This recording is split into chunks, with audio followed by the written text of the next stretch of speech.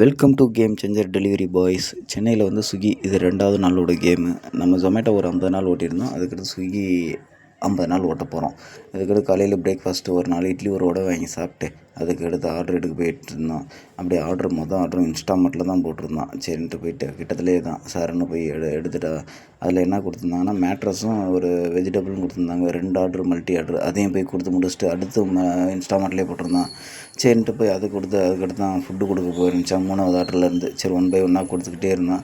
அதையும் கொடுத்து முடிச்சுட்டு மதியத்துக்கு மேலே சேப்பாக்கம் ஸ்டேடியத்துக்கு ஒரு ஆர்டர் வந்துச்சு. ஆர்டர் ரெடியாக லேட் ஆகுன்ட்டு அப்படியே கிட்டத்தில் முட்டை குஸ்கா அப்படியே வாங்கி சாப்பிட்டு அதுக்கடுத்து ஆர்டர் எடுத்துகிட்டு அதுக்கடுத்து ஆர்டர் 1 பை 1 எடுத்துக்கிருந்தோம்.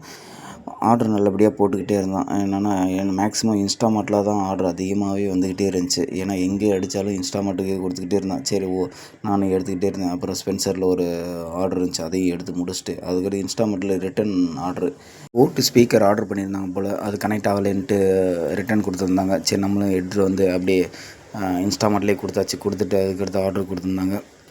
மாலில் தான் கொடுத்துருந்தாங்க. ரொம்ப லேட் ஆகிடுச்சு. சரி இந்த 2 ஆர்டர் மல்டி ஆர்டர்ன்ட்டு அப்படியே எடுத்துகிட்டு போயாச்சு.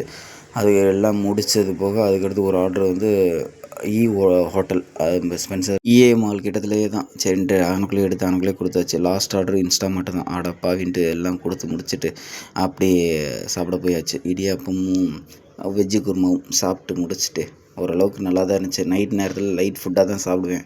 அப்படியே சாப்பிட்டு முடிச்சுட்டு அதுக்கடுத்து நான் ரூமுக்கு வர்றதுக்கு 1:40 ஆயிடுச்சு. அன்றைக்கூட ஏர்னிங்ஸு தான் நல்லா இருந்துச்சு. என்னென்னா 3463 ரூபா இன்சென்டிவ் போட்டுட்டான். இன்றைக்கி 1070 ரூபா போட்டிருந்தான். ஆனால் 800 தான் காமிச்சான். ஆனால் என்ன எப்படின்னு தெரில, ஒரு 220 ரூபா எக்ஸ்ட்ரா போட்டிருந்தான். சரி அன்றைக்கோட எக்ஸ்பென்ஸ்னு பார்த்தோம்னா பெட்ரோல் வந்து 300 ஃபுட்டு வந்து 160 ரூபாயும் கைக்கு இது கழிச்சது போக கைக்கு கிடச்சது வந்து 3003 ரூபா கிடச்சிச்சு. ஓகே பார்க்கலாம். Time is gold. டயத்தை பயனுள்ளதாக யூஸ் பண்ணுவோம். Your risk your gift.